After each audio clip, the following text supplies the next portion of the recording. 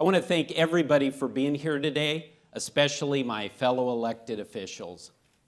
And thank you to my colleagues on the Board of Supervisors for the trust that you placed in me to make me your chairman. I really do appreciate that. Pam, thank you for your prayer today, and thank you for your love and support over the last 22 years as my wife and my best friend. And to Emily and Corinne, our daughters, girls, thank you for leading us in the pledge today, and thank you for the joy that you brought into my life. Your mom and I are so proud of the kind and strong, independent women, young women you've become. Today I'd like to talk to you about my vision of what we can become, a smart government that gives people more time for what matters. Back between the summer of 2016 and the summer of 2017, 77,000 people moved to Maricopa County, just like my parents and I did back in 1985 when I was 14 years old. We're the fastest growing county in the country, but there's no reason that we can't be the most forward-looking county in the country as well. Using technology once thought unthinkable, leveraging data once thought incomprehensible, and by changing processes once thought immutable, we can position Maricopa County in the coming decade as a leader in citizen-centered government. You know, my grandpa was born back in the 1920s, and that was a time of great technological change. They called it the Roaring Twenties. You had the large-scale use of cars and phones and electric appliances for the first time. And now we're on the cusp of the 2020s.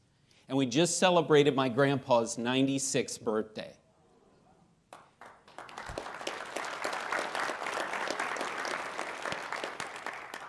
And he's living in a world where he can see his great-grandchildren riding in self-driving cars and taking classes on phones that rest in the palm of their hand and living in smart homes with appliances that control themselves. Just think about that. We have advances in technology and augmented intelligence that can make government work better. So why in the world wouldn't we do that? Well, the good news is we're not doing business as usual in Maricopa County, thanks to the leadership of my colleagues and our county manager, Joy Rich. When adult probation works with the Superior Court using a paperless system to decrease the time needed to do arrest warrants from 12 days to 1 day, that's not just saving trees. That is allowing our people to focus on, or allows our employees to focus on people, not on paper. And it's making our neighborhoods safer. That's smart government. When our air quality department partners with the private sector to incentivize people to get rid of their gas-powered lawnmowers and their wood-burning fireplaces and replacing them with cleaner-burning ones, that's not just a few thousand people who have upgraded equipment. That's cleaner air for the young girl who has asthma and has to stay inside every time there's a high pollution advisory. That's smart government. When a county government focuses on its core functions, when they manage their financial responsibilities and they maintain the highest possible bond rating, that's smart government. But we can't do it on our own. We have to have so many partners. We need to work with the cities and towns on law enforcement, roads, and on water management, with the State Land Department and the Arizona Department of Real Estate on sustainable growth, with the state legislature and the courts on the laws and practices that govern our service. This is what's so important. When we collaborate with one another, we make possible the idea of a smart region where information meets people where they're at, not where government's at, in a way that improves the lives of everyone.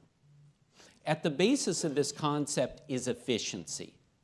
It's not about creating a new wheel, It's about using the wheel that we have in the best way possible for what we're trying to accomplish. It's like taking an old jail that would cost millions of dollars to tear down and instead taking it and turning it into one of the largest adaptive reuse projects in Maricopa County, like we're doing with 225 West Madison, which will soon reopen as office space for assistant county attorneys. SMART is taking 3 different permitting counters that are located in 2 locations across the county from one another and bringing them all together in one location in our county administrative building, like we're going to be doing over the next couple of years. I celebrate these successes, and I look in the coming year for us to do more of this. Let's reuse what we have. Let's reorganize our processes so that we're providing better customer service to the residents of Maricopa County. Now, we can start doing this by leveraging what we have already. And what we have in Maricopa County is big data. You've heard a lot about big data, and we're an indispensable hub of that big data. Did you know that every year 10,000 deaths are reported to the Office of the Medical Examiner? Now, these are all real people. These are real families with very personal stories of death. But when you put this all together, it's a big data set that has invaluable insights into societal trends. For example, in 2016, our medical examiners were some of the first people to become aware of the opioid crisis. And in 2017, they reported to us that that year there were the highest category of accidental deaths in our county were drug-related deaths. And just a month ago, working with our county attorney, Bill Montgomery, we brought a lawsuit against those drug manufacturers that are at the center of this crisis, which has cost the county dearly in lives and in dollars. And this lawsuit sent a clear message. In Maricopa County, we're open to business. We want people to make money, but not at the expense of the health and welfare of our people.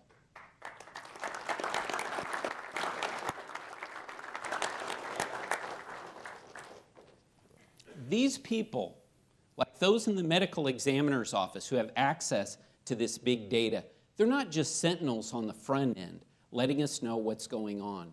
We use them as guides on the back end. They serve on our task forces to help us make meaningful change moving forward. That's smart government, and that is the power of big data. Now, if you go on the internet, you can actually find a lot of our big data through GIS mapping. And we had a recent partnership between Maricopa County Animal Care and Control and the Arizona Humane Society. They decided to start sharing information with one another about lost and found pets. So we've got the 2 largest animal care groups in the county. They're working together. They're using technology, and all this shared data can be found right here.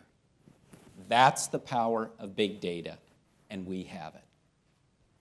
Another one of the priorities that I have for the upcoming year is to make Maricopa County and grow Maricopa County as a test bed for new technology. The governor has led on this, and Maricopa County is certainly working alongside, and we want to expand that effort with him.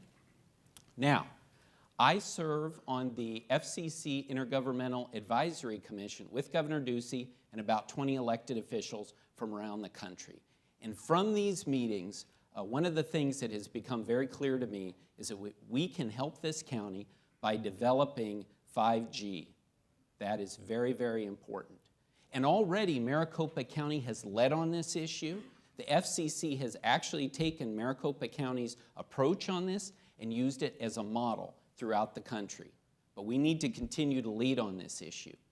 Because of 5G technology and the faster speeds and the more reliable connections that we have, it opens up many new things to us. For example, telemedicine. That connects patients with their doctors and important information, even surgeries, in an instant.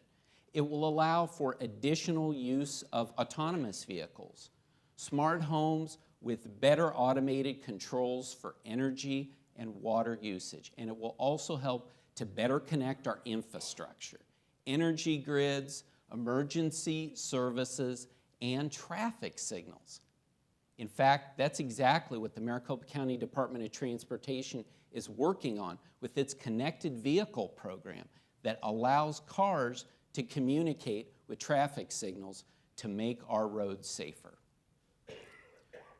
This is very important to have this throughout the county, not just in the big cities to have these 5G connections, but also in the harder to reach areas of our county. That's why we've recently dusted off the area plans for the unincorporated parts of Maricopa County.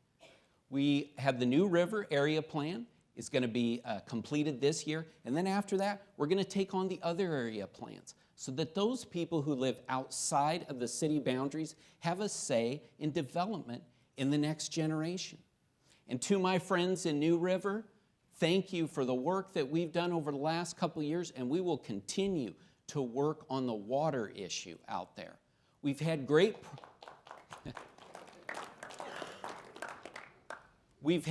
progress on this, thanks to the efforts of EPCOR and also the Arizona Corporation Commission.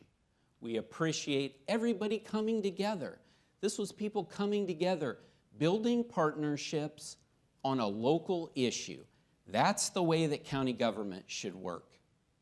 And my colleagues definitely understand that concept. In 2016, Supervisor Hickman got together with our government relations folks and started to work on rolling back the cost shifts that were having an undue burden on our county and the other counties around the state. In 2017, Supervisor Barney took on the Smart Justice Initiative. It's a very important initiative because what it does is it reduces the recidivism and it allows for those people who have served their time to have a better chance of success when they get out. And finally, in 2018, Supervisor Chukri led our negotiations regarding the dispute we were having with the Arizona Diamondbacks. And thanks to his leadership, we were able to end that costly lawsuit, and now we are moving forward where the county taxpayers aren't in the stadium business anymore, and the Diamondbacks are here in Maricopa County for years to come. And of course, Supervisor Gallardo is a partner to all of us on the board. And I'm going to be leaning very heavily this year upon his experience with elections and in the state legislature as we work with Recorder Adrian Fontes and others to make Maricopa County elections best in class. So we've got a lot on the agenda, a lot coming up. And we are not only the fastest growing county in the country, but we're the fourth largest. So that means that the eyes of the country are on us. So I challenge us all to become the economic envy of this nation. The first thing we can do to accomplish that is work to find even more efficiencies in our government operations that makes it easier for businesses, small and large, to do business with county government. We can also do it with help from the Industrial Development Authority. Some of you may not know about the IDA, but they're very important and they help to drive economic growth in our county. In 2018, they helped Donor Network of Arizona to build a new headquarters in Tempe. They also helped our friends at Honor Health to build a new hospital in far north Phoenix. And most importantly, they brought new affordable housing to Surprise, Ahwatukee, and Central Phoenix. So we're looking for their help. And another way that we can actually help to grow the economy is through water policy. When our flood control districts' flood structures are more efficient, that means the floodplain actually shrinks, which opens up more land for economic uses. And there's no better time to be smart about water policy than right now. And our flood control district is working to pull those salt cedar trees out of the rivers, which reduces the flood risk. And they are also working to divert stormwater into the landscape so that it can be reused. This is also a smart time to make good decisions about energy policy, like we've done here at the county. We actually get over 50% of our hot water at the jails from solar thermal technology. And we're also working to expand the chilled water loop in downtown Phoenix that'll help to keep our cooling costs down and also reduce the maintenance that's required. In 2019, I'd like to see us increase our shade here on the county's campus in downtown Phoenix, and I would like to see us increase our solar portfolio as well, which will allow us to reduce our electric costs. I'm really excited about the future of Maricopa County because of all the bright county employees I've met in the last 2 years. We are in good hands. These are people who understand what smart government is all about. Josue Macias heads up our innovation studio, and he's working with people in departments throughout the county with those problems that they have not been able to solve on their own. He is working with them and looking at the way that we have always done things and getting rid of those things that we don't need anymore. A few examples of his successes already. He has reduced the hiring time in our Head Start area by 68%, and he's increased the staff productivity in fleet management by 500%. All told, Josue and his team have already identified $1.5 million in projected savings for last year. And I'm looking forward to Josue and his team identifying even more changes that we can make that can allow us to save money and provide better service to our residents. Thank you, Josue, for all of your work.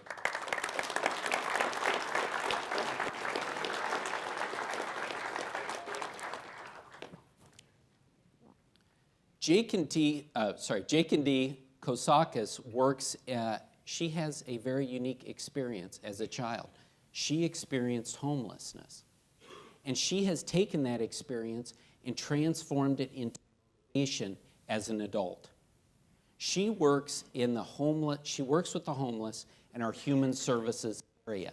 And she understands that smart government is all about partnerships with others. The county has a partnership with St. Mary's Food Bank, and they operate the community kitchen there. And Jack and Dee, she sends some of her clients to the community kitchen to get real-world work experience. And unfortunately, as you probably all know, homelessness is on the increase in Maricopa County. So in 2019, we're going to need her skills and her unique perspective now more than ever. In 2019, we're going to have a new unified look for Maricopa County. We're going to have a new maricopa.gov website, which is going to be focused on making it easier for our residents to find the information they need. And it's also going to be mobile friendly, something we talked to them about. And this project with maricopa.gov website, it's not about a fresh coat of paint. It's not about lipstick on a pig. This is about meeting people where they're at, getting information to them. That's why in the upcoming year, all of our board meetings here will be streamed live on YouTube. I believe that in public service, we should not require our residents to come to government to do business. We in government should make all of our business available 24/7 right here so that our residents can get done what they need to do as quickly as possible. It's really an exciting time to be in government for all of us. This is a time with a few keystrokes and a click of a mouse, you can make problems go away. You can solve intractable issues. You can make great improvements. You can restore trust. I think about how my grandpa must see things right now. You know, when he was a child, the FDR fireside chats were a revelation in government transparency. Now, we can follow this meeting on a mobile phone. We can actually provide our comments using that same device and get a response from government in just a few minutes. At the end of my chairmanship, we'll be at the dawn of the 2020s. Perhaps it'll be another roaring 20s where technology again changes how we live and changes how people view government, where two-way public service will not be what our residents want, but what they expect. That's why we have to modernize now. Smart government is not a slogan. It's a way to help improve people's lives. It's a way to connect people with a better future, a way to fill critical gaps. It's about helping people have better lives. That's why we're all here. I look forward to working with all of you and hearing from you in the coming year. Thank you very much.